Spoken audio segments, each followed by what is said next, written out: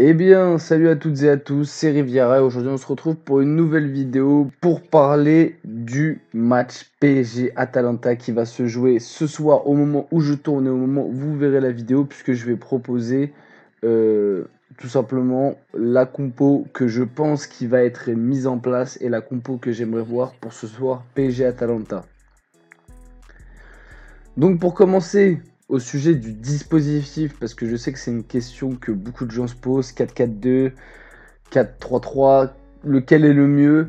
Personnellement, pour moi, pourtant, moi je suis l'un des seuls qui, on va dire, ne défonce pas à H24 le 4-4-2, parce que je sais que sur YouTube, beaucoup de gens qui font des vidéos sur le PSG, tout simplement défoncent le 4-4-2 de Thomas Tuchel, dit qu'il est pas équilibré, tout ça. C'est vrai que dans certains matchs, on a vu qu'il n'était pas du tout équilibré, mais malheureusement, on ne peut pas enlever ce dispositif pour le moment car on n'a pas vraiment perdu avec. Contre Dortmund, quand on perd, on n'était pas en 4-4-2. Le match retour, on est en 4-4-2, on gagne 2-0. Les deux finales, on les a jouées en 4-4-2. C'est vrai qu'on n'est pas flamboyant, mais on ne perd pas. Donc pour l'instant, avec le 4-4-2, on n'a pas de grosses défaites, si vous voyez ce que je veux dire. Donc pour l'instant, je comprends Thomas Tuchel qui préconise toujours le 4-4-2, surtout que le 4-4-2 nous permet d'aligner une attaque tout simplement incroyable. Et c'est ça qui est incroyable avec le 4-4-2, c'est que offensivement, on peut être vraiment incroyable. C'est défensivement un peu le problème. Donc tout simplement, pour ce quart de finale face à l'Atalanta, je préconiserai un 4-3-3, puisque comme vous le savez, il y a Kurzawa qui est absent, il y a Mbappé qui est très incertain, Verratti qui est absent, Abdou Diallo qui est incertain, Thilo Kehrer qui est incertain, et j'ai même vu passer, je sais pas si c'est vrai, mais Mauro Icardi qui serait incertain aussi. Apparemment, il aurait des petites douleurs même s'il s'entraîne, on verra. Moi personnellement, je pense quand même qu'il va jouer. J'avais vu ça sur Foot Mercato, je ne sais pas du tout si c'est vrai. En tout cas, si c'est vrai, on est dans la merde. Et il y a aussi Bernat qui revient de blessure. Il a joué seulement, face à Sochaux. Donc ça fait beaucoup d'absents qui sont titulaires. Hein. Ça fait quand même Bernat, Kehrer, Verratti, Mbappé qui sont des gros titulaires, on va dire. Donc 4 de nos titulaires absents. Enfin, pas forcément absents, hein, parce que Mbappé, Kehrer et Bernat, ils vont être là, mais c'est incertain, on va dire. Et Verratti, il est complètement absent. Donc pour moi, on va partir sur un 4-3-3 point de base, bien évidemment. Donc bien évidemment, au goal, le roi Keylor Navas. Pour moi, ça ne fait aucun doute, c'est lui qui doit jouer. Qui d'autre, tout simplement, il n'y a même pas de débat. Sergio Rico est pas mauvais, mais il n'y a même pas de débat. Keylor Navas au goal. La charnière, là ça va être compliqué, en fait ça dépend de ce que je vais mettre à droite. Donc je vais commencer par la droite. Si Kehrer est incertain, beaucoup de gens mettraient Dagba, mais moi je ne mettrais pas Dagba, je mettrais Marquinhos. Pourquoi Marquinhos? Tout simplement parce que Marquinhos a déjà joué latéral droit. Pour rappel, pour ceux qui ne savent pas, quand on l'a acheté à l'AS Roma, à l'époque il était à l'AS Roma, il jouait latéral droit. Quand il est arrivé au PSG, au tout début, la première saison, on le faisait jouer latéral droit. C'est seulement après, avec Laurent Blanc, qu'il est passé défenseur central. Mais au début de formation de base, c'est un latéral droit. Donc, je préfère mettre Marquinhos latéral droit. Certes, ça fait très longtemps qu'il n'a pas joué, mais Marquinhos, je trouve que c'est quand même plus sûr qu'un Dagba. Marquinhos, je le fous latéral droit, je lui dis de pas monter, je lui dis de défendre son côté. Il peut faire ça magnifiquement bien.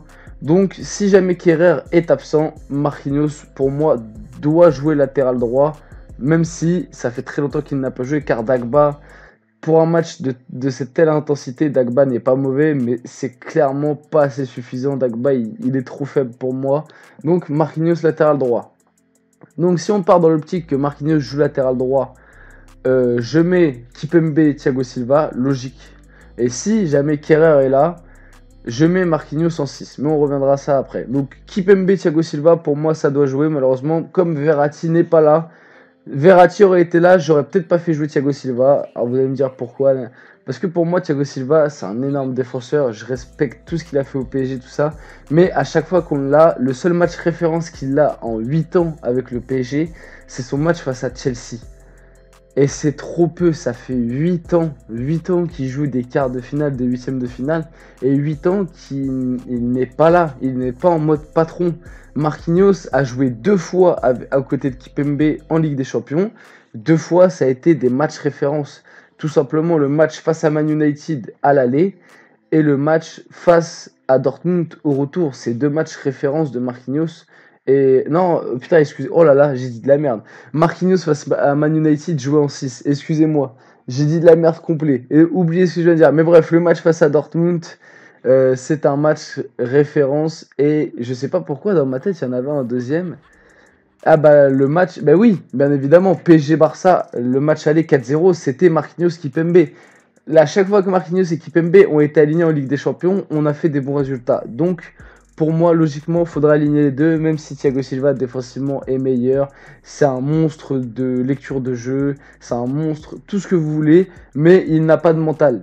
Ça sert à rien de me dire cette année, il aura du mental. Il n'en a pas. Il a été très bon en finale face à Lyon, très bon face à Saint-Etienne. Ça, c'est vrai. Mais en Ligue des Champions, il est jamais là. Donc, si Verratti aurait été là, j'aurais mis Marquinhos, Kipembe, mais Verratti n'étant pas là. Thiago Silva, Kipembe, à gauche, Bernat. Et si Bernat peut pas jouer, eh bah, on est dans la merde. Hein. À gauche, si Bernat peut pas jouer, on va devoir se contenter de Baker et ça me ferait très très mal puisque Abdou Diallo est dans le groupe, je crois. Mais Abdou Diallo n'a pas joué depuis. Il a joué face à Sochaux. Et à part son match face à Sochaux, il n'a pas joué depuis quasiment 6 mois. Même voire plus. Donc Abdou Diallo, ce serait quand même risqué. Baker est vraiment pas bon, je trouve. Mais au moins, Baker a le rythme. Abdou Diallo, il sera complètement... il sera carbo au bout d'une mi-temps. Donc j'espère que Bernat sera là. Dans mon 11 idéal, Bernat est là. Et si Bernat n'est pas là, on est dans la merde, les mecs, je vous le dis franchement. Donc je mets Bernat. En 6, comme j'ai dit, si Kerrer est là, je mets Marquinhos. Si Kerrer n'est pas là, je mets Paredes. Voilà. Donc en 6, dans mon 11 idéal, Kerrer est là. Du coup, je mets Marquinhos en 6. Avec devant lui Gay qui va me gratter du ballon. Et à côté de lui, Paredes. Et du coup, si Kerrer n'est pas là, ce sera Paredes en 6, Herrera et Gay. Mais bon, là, je fais mon 11 idéal, vous avez compris. Donc, un milieu, Marquinhos, Gay, Paredes, parce que ça me semble le mieux. Gay, il aurait joué dans tous les cas. Si on joue en 4-3-3, Marquinhos en 6, on n'a que lui, malheureusement. Ou Paredes, mais Paredes n'est pas trop défensif. Il ratisse pas autant de ballons qu'un Marquinhos. Et Paredes, c'est celui qui a le meilleur profil pour remplacer Verratti. Du coup, pour moi, c'est le milieu le plus logique. On passe ensuite à l'attaque. À gauche, bien évidemment, Neymar. En pointe, Icardi, même si j'ai vu qu'il était incertain, normalement il devrait jouer. Et à droite, Sarabia, c'est unanime, puisque Mbappé est dans le groupe, se réentraîne. Mais pour moi, Mbappé, c'est quasiment sûr, il n'est pas à 100%. Donc voilà, pour moi, c'est la compo qu'il faut qu'on aligne face à l'Atalanta. Je la répète du coup. Navas, Kerrer, Thiago Silva, Kipembe, Bernat, Marquinhos en 6, avec devant lui Idrissa Gueye, Paredes, à gauche Neymar, à droite Sarabia et en pointe Icardi. Voilà, j'espère que la vidéo vous aura plu. Si c'est le cas, n'hésitez pas à liker, à commenter, à partager, à vous abonner. C'était Riviera et allez Paris pour ce soir. J'espère qu'on va se qualifier et on se retrouve pour une prochaine vidéo.